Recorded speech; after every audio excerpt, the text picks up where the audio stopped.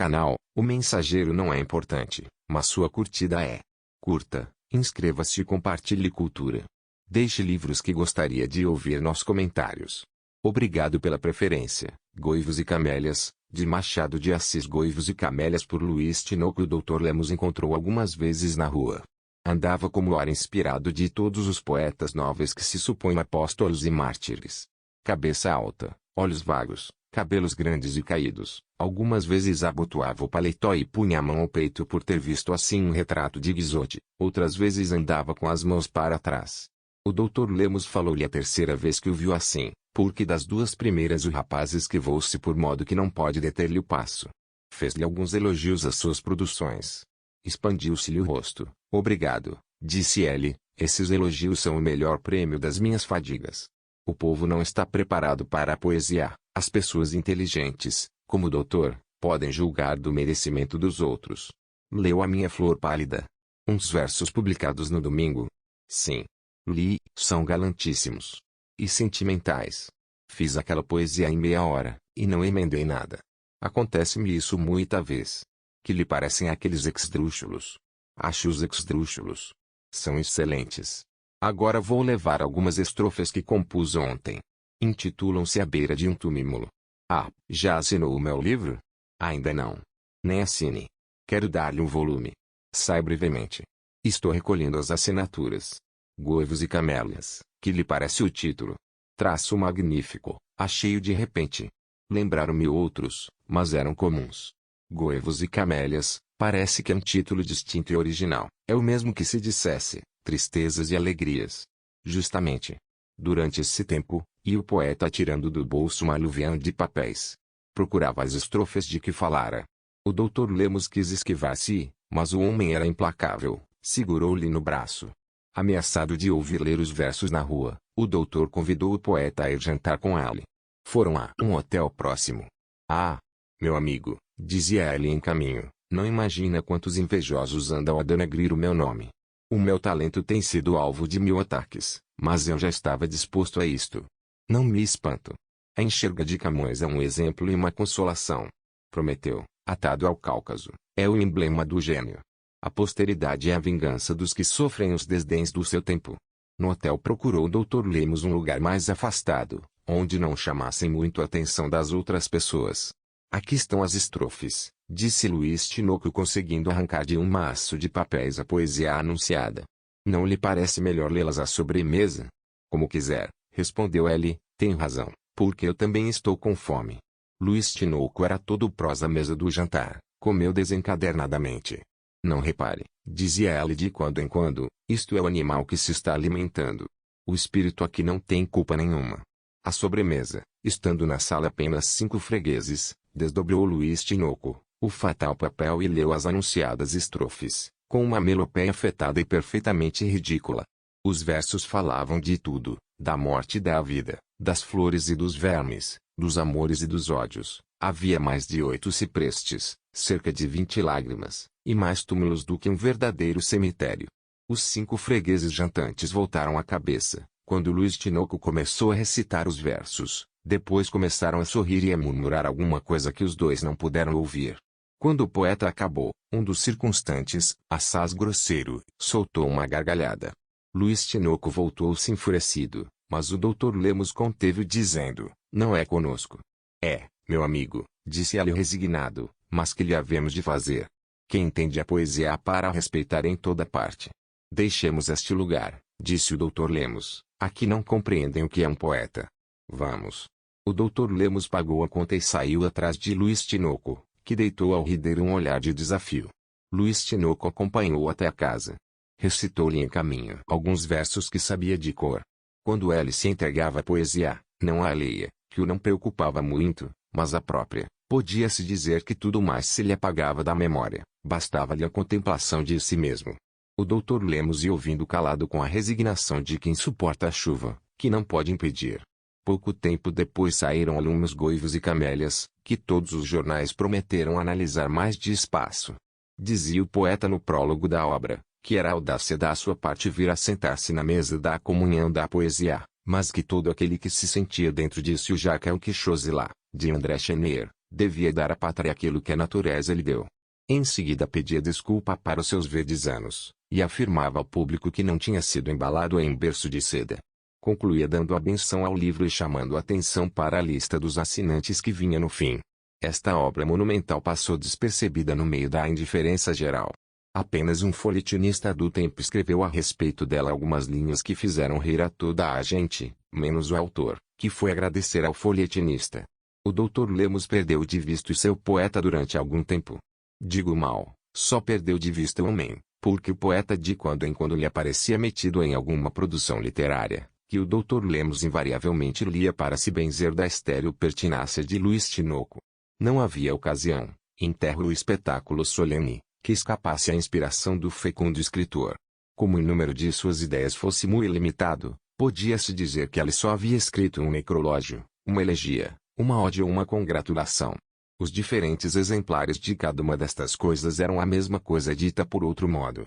O modo, porém, constituía a originalidade do poeta, originalidade que ele não teve a princípio, mas que se desenvolveu muito com o tempo. Infelizmente, enquanto se entregava com ardor às lides literárias, esquecia-se o poeta das lides forenses, de onde lhe vinha o pão. Anastácio queixou-se um dia desta desgraça ao Dr. Lemos, numa carta que acabava assim: "Não sei, meu amigo Sr. Lemos, aonde irá parar este rapaz? Não lhe vejo outra conclusão, hospício ou xadrez." O Dr. Lemos mandou chamar o poeta. Elogiou-lhe as suas obras com o fim de lhe dispor o espírito a ouvir o que ia dizer. O rapaz expandiu-se. "Ainda bem que eu ouço de quando em quando alguma voz animadora", disse ele, "não sabe o que tem sido inveja a meu respeito. Mas que importa? Tenho confiança no futuro, o que me vinga é a posteridade." Tem razão, a posteridade é que vinga das maroteiras contemporâneas. Li há dias num papelucho, que eu era um alinhavador de ninharias. Percebi a intenção. Acusava-me de não meter ombros à obra de mais largo fôlego. Vou desmentir o papelucho, estou escrevendo um poema épico. Ai! Disse o Dr. Lemos consigo, adivinhando alguma leitura forçada de poema. Podia mostrar-lhe alguma coisa, continuou Luiz Tinoco, mas prefiro que leia a obra quando estiver mais adiantada. Muito bem. Tem 10 cantos, cerca de 10.000 versos. Mas quer saber a minha desgraça? Qual é? Estou apaixonado, realmente, é uma desgraça na sua posição. Que tem a minha posição? Creio que não é excelente. Dizem-me que se tem descuidado um pouco das suas obrigações do foro, e que brevemente lhe vão tirar o emprego. Fui despedido ontem. Já? É verdade.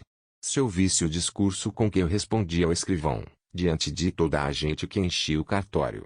Vinguei-me. Mas, de que viverá agora? Seu padrinho não pode, creio eu, com o peso da casa. Deus me ajudará. Não tenho eu uma pena na mão. Não recebi do berço um tal qual engenho, que já tem dado alguma coisa de si. Até agora nenhum lucro tentei tirar das minhas obras, mas era só amador. Daqui em diante o caso muda de figura, é necessário ganhar o pão, ganharei o pão. A convicção com que Luiz Tinoco dizia estas palavras entristeceu o amigo do padrinho.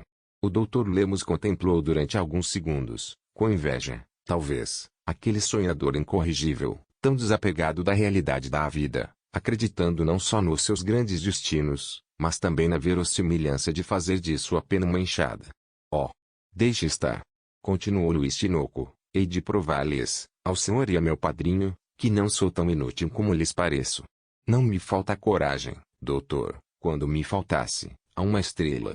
Luiz Tinoco calou-se, retorceu o bigode, e olhou melancolicamente para o céu. O Dr. Lemos também olhou para o céu, mas sem melancolia, e perguntou rindo: "Uma estrela? Ao meio-dia é raro." "Oh, não falo dessas," interrompeu Luiz Tinoco. "Lá é que ela devia estar, ali no espaço azul, entre as outras suas irmãs, mais velhas do que ela e menos formosas. Uma moça, é pouco, diga a mais gentil criatura que o sol ainda iluminou, uma sílfide, a minha Beatriz, a minha Julieta, a minha Laura, escusa dizê-lo, deve ser muito formosa se fez apaixonar um poeta. Meu amigo, o senhor é um grande homem, Laura é um anjo, e eu adoro-a, e ela? Ela ignora talvez que eu me consumo. Isso é mal, que quer?" Disse Luiz Tinoco enxugando com o lenço uma lágrima imaginaria, "é fado dos poetas arderem por coisas que não podem obter. É esse o pensamento de uns versos que escrevi há 8 dias. Publiquei-os no Caramanchão Literário. Que diacho é isso? É a minha folha, que eu mando de 15 em 15 dias. E diz que lê as minhas obras, as obras leio. Agora os títulos podem escapar. Vamos porém ao que importa. Ninguém lhe contesta talento nem inspiração fecunda, mas o senhor ilude-se pensando que pode viver dos versos e dos artigos literários. Note que os seus versos e os seus artigos são muito superiores ao entendimento popular, e por isso devem ter muito menos aceitação. Este desenganar com as mãos cheias de rosas, produziu salutar efeito de ânimo de Luiz Tinoco. O poeta não pode sofrear um sorriso de satisfação e bem-aventurança. O amigo do padrinho concluiu seu discurso oferecendo-lhe um lugar de escrevente em casa de um advogado. Luiz Tinoco olhou para ela algum tempo sem dizer palavra. Depois, volto ao foro, não? Disse ele com a mais melancólica resignação deste mundo.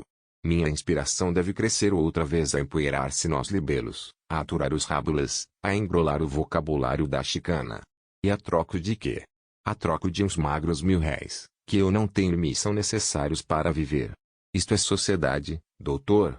Má sociedade, se lhe parece, respondeu o doutor Lemos com doçura, mas não há outra mão, e a menos de não estar disposto a reformá-la, não tem outro recurso senão tolerá-la e viver. O poeta deu alguns passos na sala, no fim depois minutos estendeu a mão ao amigo. Obrigado, disse ele, aceito, vejo que trata de meus interesses, sem desconhecer que me oferece um exílio. Um exílio e um ordenado, emendou o doutor Lemos. Daí a dias estava o poeta a copiar razões de embargos e de apelação, a lastimar-se, a maldizer da fortuna, sem adivinhar que daquele emprego devia nascer uma mudança nas suas aspirações. O doutor Lemos não lhe falou durante 5 meses. Um dia encontraram-se na rua. Perguntou-lhe pelo poema. Está parado, respondeu Luiz Tinoco. Deixa-o de mão. Concluí-lo-ei quando tiver tempo. E a folha? Deve saber que acabei com ela, não lhe mando há muito tempo. É verdade, mas podia ser um esquecimento. Muito me conta. Então acabou o caramanchão literário. Deixei-o morrer no melhor período de vitalidade, tinha 80 assinantes pagantes, mas então abandona as letras. Não, mas... Adeus. Adeus. Pareceu simples tudo aquilo, mas tendo-se ganho alguma coisa, que era empregá-lo, o doutor Lemos deixou que o próprio poeta lhe fosse anunciar a causa do seu sono literário. Seria o namoro de Laura. Esta Laura, preciso é que se diga, não era Laura, era simplesmente inocência. O poeta chamava-lhe Laura nos seus versos, nome que lhe parecia mais doce, e efetivamente o era. Até que ponto existiu esse namoro, e em que proporções correspondeu a moça à chama do rapaz? A história não conservou muita informação a este respeito. O que se sabe com certeza é que um dia apareceu um rival no horizonte, tão poeta como o padrinho de Luiz Tinoco, elemento muito mais conjugal do que o redator do caramanchão literário, e que de um só lance lhe derrubou todas as esperanças. Não é preciso dizer ao leitor que este acontecimento enriqueceu a literatura com uma extensa e chorosa elegia, em que Luiz Tinoco metrificou todas as queixas que pode ter de uma mulher um namorado traído. Esta obra tinha por epígrafe o Nessun Maggior Dolore do poeta florentino. Quando ele acabou e emendou, releu-a em voz alta, passeando na alcova, deu o último apuro a um ou outro verso, admirou a harmonia de muitos, e singelamente confessou para-se que era a sua melhor produção. O caramanchão literário ainda existia. Luiz Tinoco apressou-se a levar o escrito ao prelo, não sem o ler aos seus colaboradores, cuja opinião foi idêntica à dele. Apesar da dor que o devia consumir, o poeta leu as provas com o maior desvelo e escrúpulo, assistiu à impressão dos primeiros exemplares da folha, e durante muitos dias releu os versos até cansar. Do que ele menos se lembrava era da perfídia que os inspirou. Esta porém não era a razão do sono literário de Luiz Tinoco. A razão era puramente política.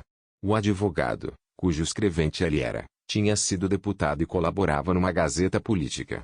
O seu escritório era um centro, onde iam ter muitos homens públicos e se conversava largamente dos partidos e do governo. Luiz Tinoco ouviu a princípio essas conversas com a indiferença de um deus envolvido no manto da sua imortalidade. Mas a pouco foi adquirindo gosto ao que ouvia. Já lia os discursos parlamentares e os artigos de polêmica. Da atenção passou rapidamente ao entusiasmo, porque naquele rapaz tudo era extremo, entusiasmo ou indiferença. Um dia levantou-se com a convicção de que os seus destinos eram políticos. A minha carreira literária está feita, disse ela ao Dr. Lemos quando falaram nisto, agora outro campo me chama, a política. Parece-lhe que é essa sua vocação. Parece-me que posso fazer alguma coisa. Vejo que é modesto e não duvido que alguma voz interior o esteja convidando a queimar as suas asas de poeta. Mas, cuidado. Há de ter lido Macbeth. Cuidado com a voz das feiticeiras, meu amigo. Há no Senhor demasiado sentimento, muita suscetibilidade, e não me parece que estou disposto a acudir à voz do destino, interrompeu impetuosamente Luiz Tinoco. A política chama-me ao seu campo, não posso, não devo, não quero cerrar-lhe os ouvidos. Não. As opressões do poder, as baionetas dos governos imorais e corrompidos, não podem desviar uma grande convicção do caminho que ela mesma escolheu. Sinto que sou chamado pela voz da verdade. Quem foge à voz da verdade? Os covardes e os ineptos. Não sou inepto nem covarde. Tal foi a estreia oratória com que ele brindou o Dr. Lemos numa esquina onde felizmente não passava ninguém. Só lhe peço uma coisa, disse o ex-poeta. O que é? Recomende-me ao doutor. Quero acompanhá-lo, e ser seu protegido, é o meu desejo. O Dr. Lemos cedeu ao desejo de Luiz Tinoco. Foi ter com o advogado e recomendou-lhe o escrevente, não com muita solicitude, mas também sem excessiva frieza. Felizmente o advogado era uma espécie de S. Francisco Xavier do partido, desejoso como ninguém de aumentar o pessoal militante, recebeu a recomendação com a melhor cara do mundo, e logo no dia seguinte, disse algumas palavras benévolas ao escrevente, que as ouviu trêmulo de comoção. Escreve alguma coisa, disse o advogado, e traga-me para ver se lhe achamos propensão. Não foi preciso dizer-lhe 2 vezes. 2 dias depois, levou o ex-poeta ao seu protetor um artigo extenso e difuso, mas cheio de entusiasmo e fé. O advogado achou defeitos no trabalho, apontou-lhe demasias e nebulosidades, frouxidão de argumentos, mais ornamentação que solidez, todavia prometeu publicá-lo ou fosse porque lhe fizesse estas observações com muito jeito e benevolência, ou porque Luiz Tinoco houvesse perdido alguma coisa da antiga suscetibilidade, ou porque a promessa de publicação lhe adoçasse o amargo da censura, ou por todas estas razões juntas. O certo é que ele ouviu com exemplar modéstia e alegria as palavras do protetor. Há de perder os defeitos com o tempo, disse ele mostrando o artigo aos amigos.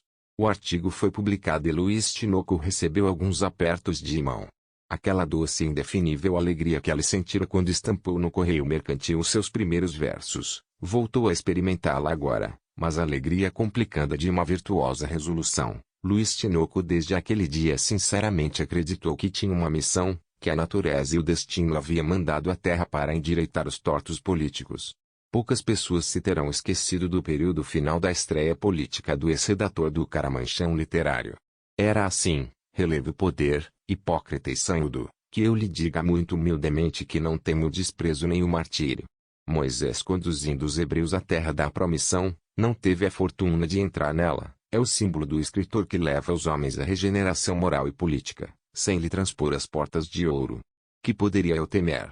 Prometeu atado ao Cáucaso, Sócrates bebendo a cicuta, Cristo expirando na cruz, Savonarola indo a suplício, João Brown esperneando na forca, são os grandes apóstolos da luz, o exemplo e conforto dos que amam a verdade, o remorso dos tiranos, e o terremoto do despotismo. Luiz Tinoco não parou nestas primícias. Aquela mesma fecundidade da estação literária, veio a reproduzir-se na estação política. O protetor, entretanto, disse-lhe que era conveniente escrever menos e mais assentado.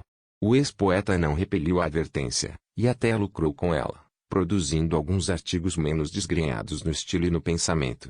A erudição política de Luiz Tinoco era nenhuma. O protetor emprestou-lhe alguns livros, que o ex-poeta aceitou com infinito prazer. Os leitores compreendem facilmente que o autor dos Goivos e Camélias não era homem que meditasse uma página de leitura. Ele ia atrás das grandes frases, sobretudo das frases sonoras, demorava-se nelas, repetia-as, ruminava-as com verdadeira delícia. O que era reflexão, observação, análise parecia-lhe árido, e ele corria depressa por elas. Algum tempo depois houve uma eleição primária. O publicista sentiu que havia em si um eleitor, e foi dizê-lo afoitamente ao advogado.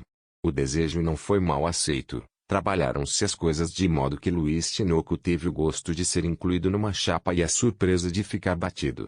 Batê-lo foi possível ao governo, abatê-lo, não. O ex-poeta, ainda quente do combate, traduziu em largos e floreados períodos o desprezo que lhe inspirava aquela vitória dos adversários. A esse artigo responderam os amigos do governo com um, que terminava assim: até onde quererá ir, com semelhante descomedimento de linguagem, o pimpolho do ex-deputado Z. Luiz Tinoco quase morreu de júbilo ao receber em cheio aquela descarga ministerial. A imprensa adversa não havia tratado até então com a consideração que ele desejava. Uma ou outra vez, haviam discutido argumentos seus, mas faltava o melhor, faltava o ataque pessoal, que lhe parecia ser o batismo de fogo naquela espécie de campanha. O advogado, lendo o ataque, disse ao ex-poeta que a sua posição era idêntica à do primeiro pitch quando o ministro Walpole lhe respondeu chamando-lhe moço em plena Câmara dos Comuns, e que era necessário repelir no mesmo tom a ofensa ministerial. Luiz Tinoco ignorava até aquela data a existência de Pitt e Walpole, achou todavia muito engenhosa a comparação das duas situações, e com habilidade e cautela perguntou ao advogado se lhe podia emprestar o discurso do orador britânico para refrescar a memória. O advogado não tinha o discurso, mas deu-lhe a ideia dele, quanto bastou para que Luiz Tinoco fosse escrever um longo artigo acerca do que era e não era pimpolho. Entretanto, a luta eleitoral lhe descobrira um novo talento. Como fosse necessário arringar algumas vezes, fê-lo pimpolho a grande aprazimento seu e no meio de palmas gerais. Luiz Tinoco perguntou a si mesmo se lhe era lícito aspirar às honras da tribuna. A resposta foi afirmativa. Esta nova ambição era mais difícil de satisfazer, o ex-poeta reconheceu, e armou-se de paciência para esperar. Aqui há uma lacuna na vida de Luiz Tinoco. Razões que a história não conservou, levaram o jovem publicista à província natal do seu amigo e protetor, 2 anos depois dos acontecimentos eleitorais. Não percamos tempo em conjecturar as causas desta viagem, nem as que ali o demoraram mais do que queria. Vamos já encontrá-lo alguns meses depois, colaborando num jornal com o mesmo ardor juvenil, de que dera tanta prova na capital. Recomendado pelo advogado aos seus amigos políticos e parentes, depressa criou Luiz Tinoco um círculo de companheiros, e não tardou que assentassem ali ficar algum tempo. O padrinho já estava morto, Luiz Tinoco achava-se absolutamente sem família. A ambição do orador não estava apagada pela satisfação do publicista, pelo contrário, uma coisa avivava a outra. A ideia de possuir 2 armas, brandi-las ao mesmo tempo, ameaçar e bater com ambas os adversários, tornou-se-lhe ideia crônica, presente, inextinguível. Não era a vaidade que o levava, quero dizer, uma vaidade pueril. Luiz Tinoco acreditava piamente que ela era um artigo do programa da Providência, e isso sustinha e contentava. A sinceridade que nunca teve quando versificava os seus infortúnios entre suas palestras de rapazes, teve-a quando enterrou-a mais e mais na política. É claro que, se alguém lhe pudesse em dúvida o mérito político, feri-lo-ia do mesmo modo que os que lhe contestavam excelências literárias, mas não era só a vaidade que lhe ofendiam, era também, e muito mais a fé profunda e intolerante, que ele tinha de que o seu talento fazia parte da harmonia universal. Luiz Tinoco mandava ao Dr. Lemos, na corte, todos os seus escritos da província, e contava-lhe singelamente as suas novas esperanças. Um dia noticiou-se que a sua eleição para a Assembleia Provincial era objeto de negociações que se lhe afiguravam propícias. O correio seguinte trouxe notícia de que a candidatura de Luiz Tinoco entrara na ordem dos fatos consumados. A eleição fez-se e não deu pouco trabalho ao candidato fluminense, que à força de muita luta e muito empenho pode ter a honra de ser incluído na lista dos vencedores. Quando lhe deram notícia da vitória, entoou a alma de Luiz Tinoco um verdadeiro e solene Te Deum laudamus. Um suspiro, o mais entranhado e desentranhado de quantos suspiros jamais soltaram homens, desafogou o coração do ex-poeta das dúvidas e incertezas de longas e cruéis semanas. Estava enfim eleito. Ia subir o primeiro degrau do Capitólio. A noite foi mal dormida, como na véspera da publicação do primeiro soneto, e entremeada de sonhos análogos à situação. Luiz Tinoco via-se já atuando na Assembleia Provincial, entre os aplausos de uns, as imprecações de outros, a inveja de quase todos, e lendo em toda a imprensa da província os mais calorosos aplausos à sua nova e original eloquência. 20 exórdios fez o jovem deputado para o primeiro discurso, cujo assunto seria naturalmente digno de grandes rasgos e nervosos períodos. Ela já estudava mentalmente os gestos, a atitude, todo o exterior da figura que ia honrar a sala dos representantes da província. Muitos grandes nomes da política haviam começado no parlamento provincial.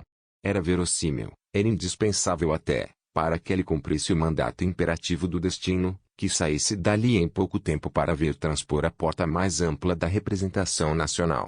O ex-poeta ocupava já no espírito uma das cadeiras da cadeia velha, e remirava-se na própria pessoa e no brilhante papel que teria de desempenhar.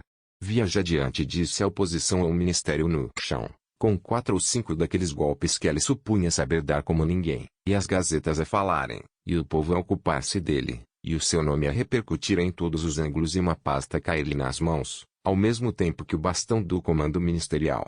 Tudo isto, e muito mais imaginava o recente deputado, embrulhado nos lençóis, com a cabeça no travesseiro, e o espírito a vagar por esse mundo fora, que é a coisa pior que pode acontecer a um corpo mortificado como estava o dele naquela ocasião. Não se demorou Luiz Tinoco em escrever ao Dr. Lemos, e contar-lhe as suas esperanças e o programa que tencionava observar, desde que a fortuna lhe abria mais ampla estrada na vida pública. A carta tratava longamente do efeito provável da sua primeira oração, e terminava assim: qualquer que seja o posto a que eu suba, qualquer, entenda bem, ainda aquele que é o primeiro do país, abaixo do imperador, e creio que irei até lá, nunca me há de esquecer que ao senhor o devo, a animação que me dispensou, a recomendação que fez de mim. Parece-me que até hoje tenho correspondido à confiança dos meus amigos, espero continuar a merecê-la. Inauguram-se enfim os trabalhos. Tão ansioso estava Luiz Tinoco de falar que logo nas primeiras sessões, a propósito de um projeto sobre a colocação de um chafariz, fez um discurso de 2 horas que demonstrou por A mais B que a água era necessária ao homem. Mas a grande batalha foi dada na discussão do orçamento provincial. Luiz Tinoco fez um longo discurso em que combateu o governo geral, o presidente, os adversários, a política e o despotismo. Seus gestos eram até então desconhecidos na escala da gesticulação parlamentar. Na província, pelo menos, ninguém tivera nunca a satisfação de contemplar aquele sacudir de cabeça, aquele arquear de braço, aquele apontar, alçar, cair e bater com a mão direita. O estilo também não era vulgar. Nunca se falou de receita e despesa com maior luxo de imagens e figuras. A receita foi comparada ao orvalho que as flores recolhem durante a noite, a despesa à brisa da manhã que as sacode e lhes entorna um pouco de sereno vivificante. Um bom governo é apenas brisa. O presidente atual foi declarado siroco e pampeiro. Toda a maioria protestou solenemente contra essa qualificação injuriosa, ainda que ética. Um dos secretários confessou que nunca do Rio de Janeiro lhes fora uma aura mais refrigerante. Infelizmente os adversários não dormiam. Um deles, apenas Luiz Tinoco, acabou o discurso entre alguns aplausos dos seus amigos, pediu a palavra e cravou longo tempo os olhos no orador estreante. Depois sacou do bolso um maço de jornais e um folheto, concertou a garganta e disse: mandaram-nos do Rio de Janeiro o nobre deputado que me precedeu nesta tribuna. Diziam que era uma ilustração fluminense, destinada a arrasar os talentos da província. Imediatamente, senhor presidente, tratei de obter as obras do nobre deputado. Aqui tenho eu, senhor presidente, o Caramanchão literário, folha redigida pelo meu adversário, e o volume dos Goivos e Camélias. Tenho lá em casa mais outras obras. Abramos os Goivos e Camélias. O senhor Luiz Tinoco, o nobre deputado, está fora da ordem. Apoiados. O orador, continuou: senhor presidente, aqui tem os Goivos e Camélias. Vejamos um goivo,